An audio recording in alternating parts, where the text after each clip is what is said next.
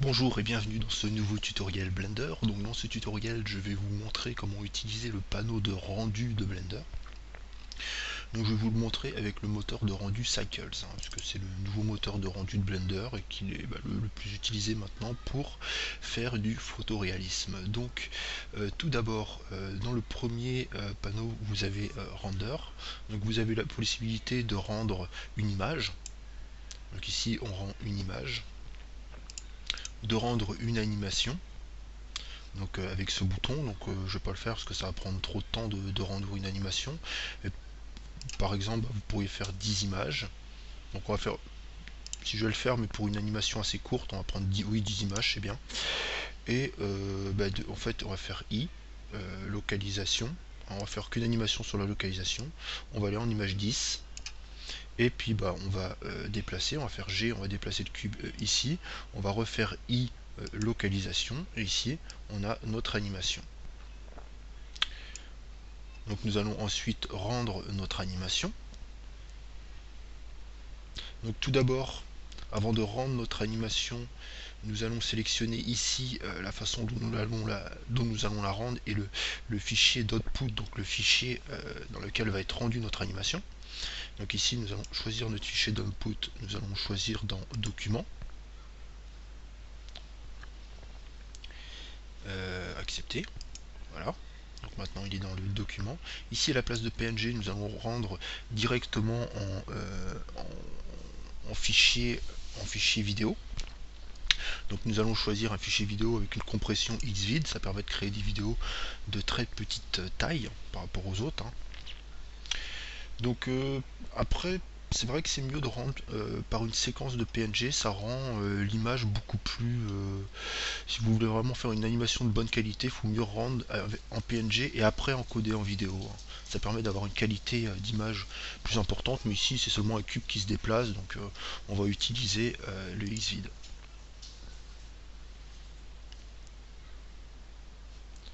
Et nous allons maintenant rendre l'animation en cliquant sur animation.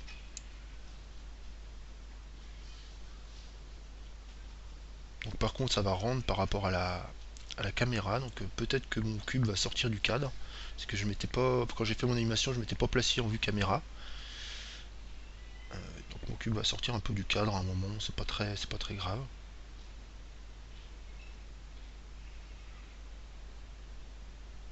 Voilà, donc maintenant ça m'a créé un fichier vidéo dans mes documents qui va s'appeler 0-10, c'est-à-dire lorsque l'on ne donne pas de nom à notre animation, le nom de l'animation prend le nom en fait du nombre d'images de la vidéo.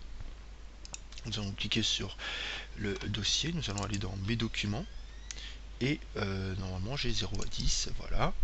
J'ai juste à l'ouvrir. Je vais l'ouvrir avec mon lecteur vidéo. Je préfère mon lecteur vidéo à celui de Windows 8, puisque je suis sur Windows 8 en ce moment. J'utilise VLC. Voilà. Puis voilà, ça me crée une animation. Là, ça me la répète en boucle l'animation. Donc c'est très rapide, parce qu'elle fait que 10 images. Donc 10 images, c'est alors que dans Blender, j'étais cadré sur 24 images par seconde, 24 fps. Donc forcément, ça fait quelque chose de très rapide, vu que ça fait une animation d'une demi-seconde. Là, répéter en boucle, parce que j'avais choisi comme base dans mon lecteur de vidéo de répéter en boucle, comme vous pouvez le voir ici. Donc voilà. Vous avez vu comment réaliser assez facilement une animation. Bon là c'est vraiment la base de la base. Donc ensuite en dessous il y a différentes possibilités de display. Donc vous pouvez choisir l'image éditeur, le full screen. Voilà. Par exemple l'image éditeur ça sera ici. Voilà. Donc par rapport à la vue caméra. Il n'y a pas trop de différence entre... si, la seule différence que ça a, c'est ici, donc ça va être dans l'image éditeur, ça va être mon rendu va être encadré comme ceci. Donc c'est-à-dire que ça va prendre la place de ma vue 3D. Donc ici, je suis obligé de revenir en vue 3D, tandis que lorsque je choisis full screen et que je fais un rendu, Voilà, ça me prend vraiment tout l'écran, ça m'enlève sur les côtés, j'ai plus rien sur les côtés, mais j'ai l'avantage d'avoir le bouton Back to Preview qui me permet de retourner à ma vue initiale. Et ça me permet également d'avoir un rendu plus important, donc c'est un display que j'aime bien. Là, ça permet de faire dans une autre fenêtre, et celui-là, je ne le connais pas. Tiens, je vais le tester. Voilà, ça fait le rendu, mais sans le montrer. Bon. Non, sans le montrer du tout. Ou alors, sinon, on peut faire dans une nouvelle fenêtre. J'utilise jamais. Mais bon, ça peut avoir une utilité si vous voulez faire plusieurs rendus. Vous pouvez enregistrer votre rendu sous différents slots, et à la limite vous pourrez faire différentes fenêtres en fonction des différents slots pour voir des changements de rendu que vous voulez effectuer, hein. Mais dans tous les cas, au niveau des changements de rendu, c'est vrai que Cycle, surtout si vous avez une carte qui est CUDA capable, c'est-à-dire une carte de type Nvidia, vous pouvez faire des différences de rendu très rapidement. Par exemple ici je peux grossir mon cube, je peux changer les matériaux très rapidement, donc je vais ajouter un nouveau matériau, je vais supprimer celui-ci, voilà. Je vais choisir plutôt qu'un glossy, je vais prendre un glossy. Vous voyez, il y a différents types de rendus. On peut choisir émission. Dans ce cas-là, le cube émettra de la lumière. Si je crée un nouvel objet, par exemple un cube, que je le déplace, vous voyez, il est illuminé par mon premier cube. Et puis on peut faire des modifications de rendu très rapidement, hein. Par exemple, je vais repasser en mode solide. Ici, celui-là, je vais ajouter un nouveau matériau. Je vais ajouter un nouveau matériau de type je vais pas mettre émission, je vais mettre de type glace par exemple. Puis je vais faire un CTRL 3 pour subdiviser. Je repasse en mode render. Vous voyez ici, on voit bien que le cube se reflète, hein, et puis on peut vraiment très rapidement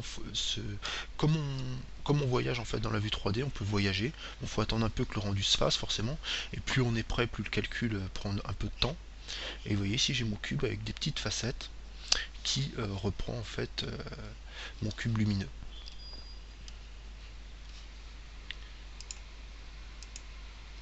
Donc voilà, donc c'était pas le sujet, c'était plus le panneau rendu, mais bon, ça en fait partie, je pense. Et vu que je traite du rendu cycles,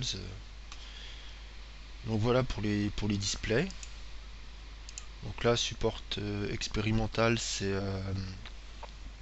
concernant cycles.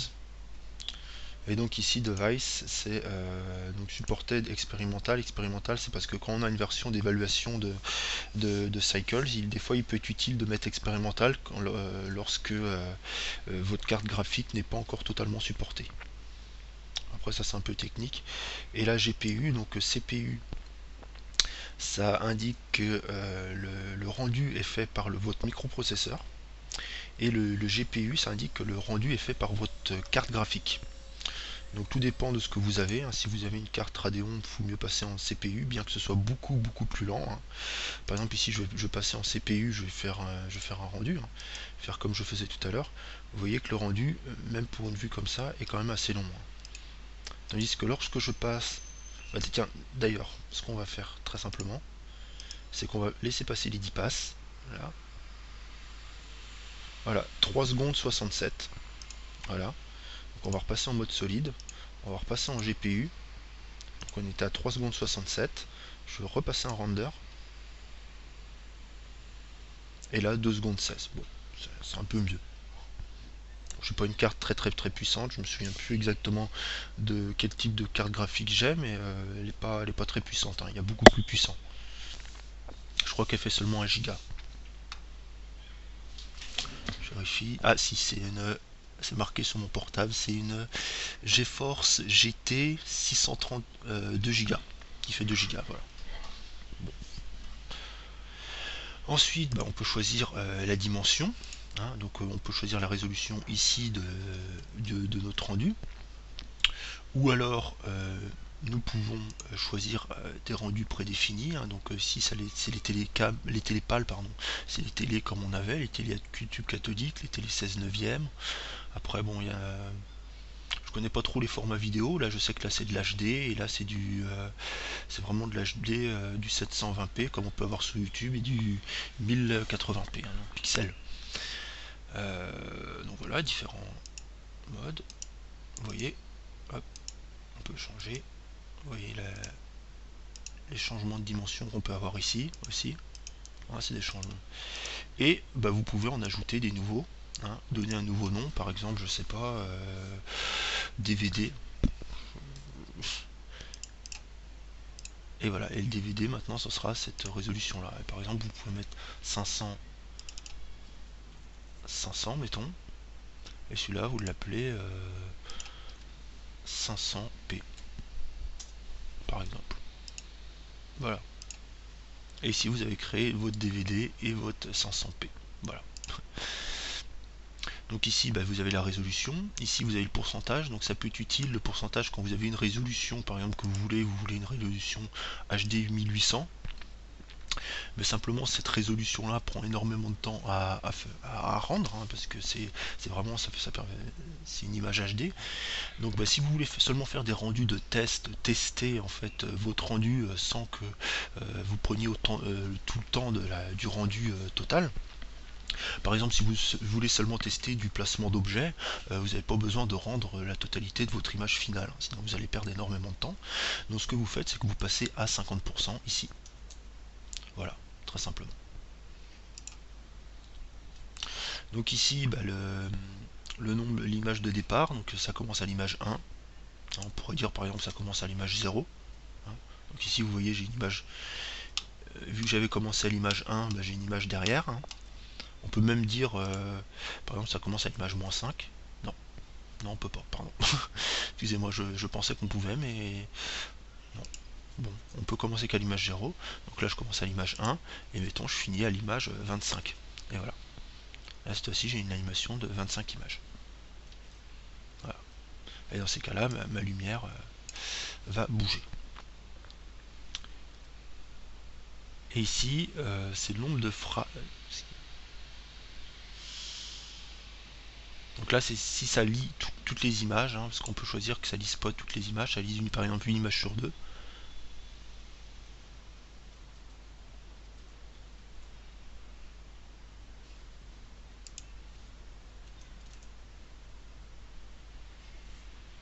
Donc après, vous pouvez choisir le nombre d'images par seconde.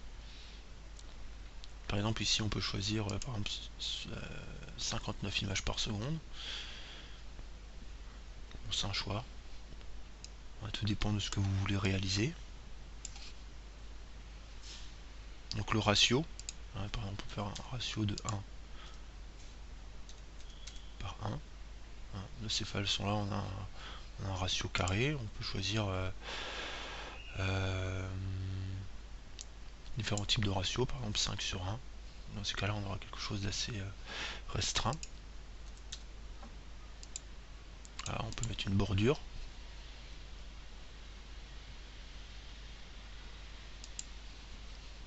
Hein, pour mieux voir. Voilà. Donc ensuite, ici, donc là, ce sera le fond en fait. On peut choisir de notre rendu. Donc ici, on peut choisir par exemple la couleur. Donc ça, cette couleur là, je vais vous montrer tout de suite. C'est la couleur du texte qui va être ajouté à votre rendu. Hein. Vous pouvez avoir du texte ajouté à votre rendu. Donc à chaque rendu, vous allez avoir le nom du fichier, la date, l'heure à laquelle il a été fait, le temps du rendu, voilà, l'image, la caméra. Donc là, c'est la caméra qui s'appelle caméra. Hein, donc, et ça vient de la scène qui s'appelle scène. Hein, comme vous pouvez le voir ici, caméra qui s'appelle caméra. Hein, ici, caméra qui s'appelle caméra et scène qui s'appelle scène. Donc tout correspond bien. Donc là on choisit tout ce qu'on veut mettre dans notre rendu. Et la taille, ça c'est la taille de la police du texte. Donc ici là j'ai augmenté vraiment énormément le texte, hein, donc vous voyez, voilà, même ça rentre les uns dans les autres. Hein, donc on peut choisir un texte tout petit, hein, donc c'est 8 minimum. Voilà, on voit à peine. Hein. Faut vraiment zoomer pour le voir le texte. Et on voit à peine, même au niveau il est très pixelisé. Donc on peut choisir tout ce qu'on veut mettre, hein. Par exemple si on veut pas mettre la caméra, on veut pas mettre la date. Donc on appuie la caméra et on appuie la date. On a juste le temps de rendu et le nom du fichier.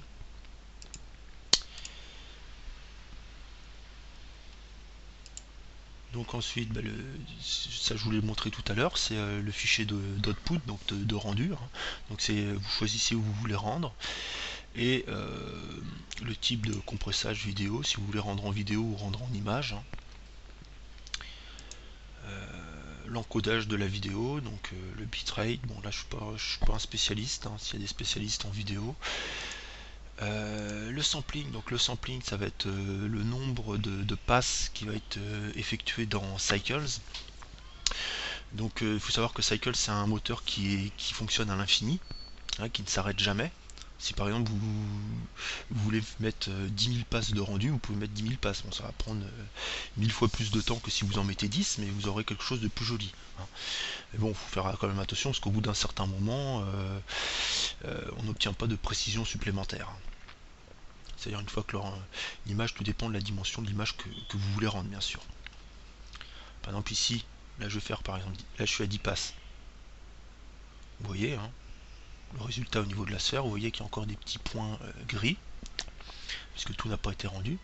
Mais si je passe, mettons, en mode preview, donc attention, il y a le mode preview, donc c'est le mode que vous voyez ici, et le mode render, c'est donc le mode preview, pardon, je vais repasser, c'est celui-ci, le mode preview, voilà, et le mode render, c'est le mode quand vous appuyez sur F12, voilà.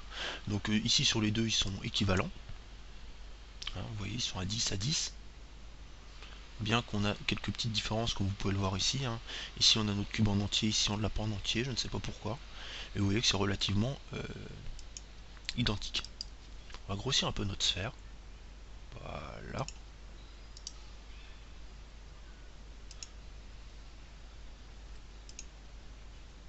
Vous voyez aussi que le rendu ne se fait qu'au niveau de la caméra, lorsque je suis en mode caméra. Hein. Vous voyez ici, je repasse en visualisation solide. Et donc ici, en mode preview, je vais choisir 100. Et vous voyez que ça continue, et vous voyez que mon image se précise. Et vous voyez que c'est de moins en moins, il y a de moins en moins de points, et que c'est de plus en plus précis. Alors on va aller jusqu'à 100, voilà. Et on va faire F12 maintenant, et par exemple en rendu normal, on peut mettre 50. Normalement c'est plutôt l'inverse qu'on fait, mais forcément ça me prend un peu plus de temps. Voilà.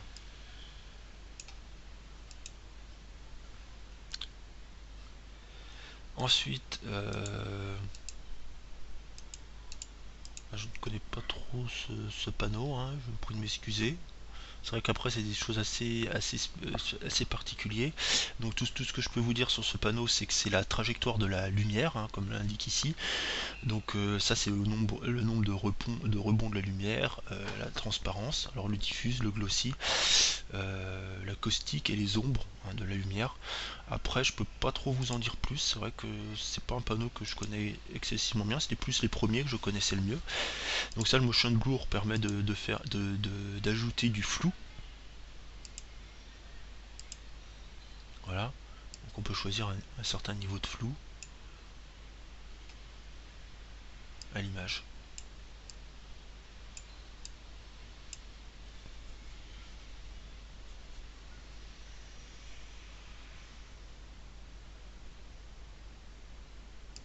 Voilà.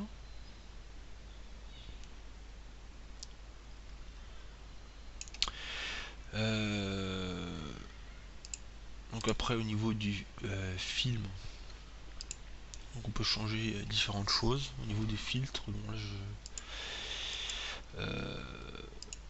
les performances, donc ça permet d'améliorer les performances de rendu. Hein, donc on peut choisir ici ce petit panneau vous permet de choisir le nombre de possesseurs en fait que vous voulez allouer justement au rendu de cette image. Donc si vous n'en mettez pas, Blender l'auto-détecte, mais par exemple vous pouvez choisir qu'ici on veut faire à 8, hein, mettons, et dans certains cas le rendu pourra être plus rapide si vous surévaluez par exemple la puissance de votre ordinateur. Dans certains cas. Ce qui peut aussi agrandir le rendu, c'est le nombre de tiles, enfin la grandeur des tailles plutôt. Les tailles, c'est ce que vous pouvez voir ici, vous voyez, c'est les petits carrés qui apparaissent, hein, et qui sont d'une certaine dimension, qui sont de 64 pixels par 64 pixels. On peut agrandir ces tiles ou les réduire, et ça aura une influence sur le temps de rendu, hein, car le temps de rendu sera plus ou moins long en fonction de l'agrandissement, du rétrécissement de ces tailles. Vous voyez ici on a des tailles beaucoup plus grands. C'est pas forcément plus rapide, ça dépend. On peut en choisir des plus petits aussi, par exemple 10.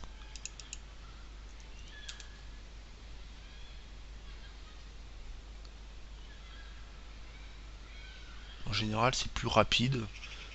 Comme vous pouvez le voir ici, en général c'est quand même beaucoup plus rapide de choisir des tailles quand même assez, assez grands.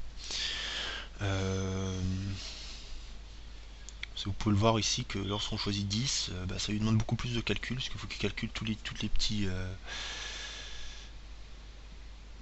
parties, donc ça prend beaucoup plus de temps. Je ne vais pas aller jusqu'au bout. On va repasser à 64. 64 c'est la valeur de base, c'est très bien. Après il y a différents paramètres que je maîtrise pas trop, c'était surtout cette partie là que je maîtrisais bien. Et le PointGL render, c'est le rendu que l'on a ici. Donc ce rendu n'est pas un rendu, c'est un rendu en fait tel qu'on le voit dans la fenêtre 3D en mode solide. Hein. C'est-à-dire que lorsqu'on fait un rendu OpenGL, par exemple si je vais faire un rendu OpenGL,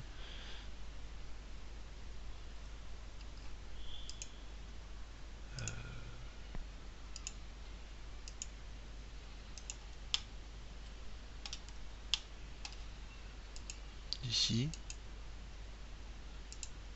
on va choisir dans la même fenêtre, là il y a un petit problème de fenêtre, donc on va mettre en full screen, on va... Non, c'est pas ce que je voulais. Voilà. Voilà, ça recrée en fait une image telle qu'on peut le voir dans la vue 3D. En enlevant la grille, et on peut enlever la caméra aussi. Et vous voyez, c'est tel qu'on le voit. Ça crée une vue, donc ça peut vous permettre de faire un rendu très facilement de votre... comment dire, de votre vue 3D. Hein. Par exemple, si vous voulez la poster sur un forum, si vous avez fait telle ou telle chose, vous n'avez pas besoin de faire de rendu, vous pouvez poster directement votre modélisation. Bon, l'avantage que ça peut avoir également, par exemple ici je sélectionne ma sphère, c'est vrai que c'était pas une sphère au départ, donc ce que je vais faire c'est que je vais appliquer ce modifieur, et par exemple vous mettez en mode edit, et ce que vous faites, si vous faites un rendu d'image ici, et ça permet par exemple aux personnes de pouvoir voir le maillage de votre objet. Il y a plein d'autres manières, d'ailleurs j'en ai parlé dans les précédents tutoriels de montrer justement le maillage de nos objets de façon beaucoup plus jolie que ça, mais si vous voulez faire quelque chose de rapide, c'est très simple de le faire avec le rendu OpenGL. Le rendu OpenGL peut également avoir comme avantage, lorsque je passe ici en Matcop qui est un mode de sculpting, hein, on peut choisir. Donc ici par contre je vais rajouter un petit smooth, hein, et un niveau de subdivision en plus. On peut choisir, vous voyez comme ça, des matcaps qui sont utilisés pour le sculpting, qui permettent justement de sculpter beaucoup plus facilement, de donner un faux effet. En fait c'est une texture qui est appliquée à notre objet qui donne un faux effet de lumière, comme ici. Hein. On a l'impression que notre sphère reflète est dorée en fait, enfin est de surface miroir et reflète une pièce, mais en fait c'est rien c'est pas du tout ça. Hein. C'est on triche vu que c'est seulement une texture. Hein. Une texture qui réagit en fonction de l'orientation qu'on a sur elle. Donc c'est très facilement, et ça permet d'avoir des rendus très rapides, des beaux rendus très rapides en un rien de temps, parce que je vais vous le montrer tout de suite. Ici par exemple ma sphère, on peut lui appliquer un petit sculpte, hein. Je vais la sculpter un petit peu, voilà. Donc forcément c'est peu moins joli qu'on sculpte, voilà. Et par exemple, voilà, je peux... Ça dilue un peu... voilà. Donc là, j'augmente un peu la surface, je la brouille un peu. Voilà. Hein. On peut créer des objets très facilement. Hein. Voilà, par exemple, comme ceci.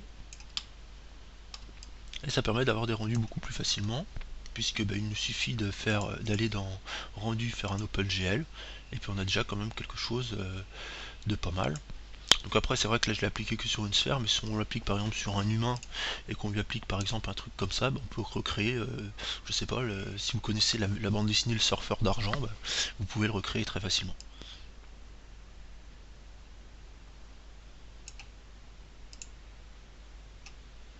Vous pouvez également cliquer directement sur l'appareil photo ici, hein, qui permet de faire la même chose. Voilà. Bon voilà, c'est à peu près tout hein, sur ce que je peux vous apprendre de ce panneau rendu. J'espère que ce tutoriel vous aura plu. Puis à demain pour un prochain tutoriel.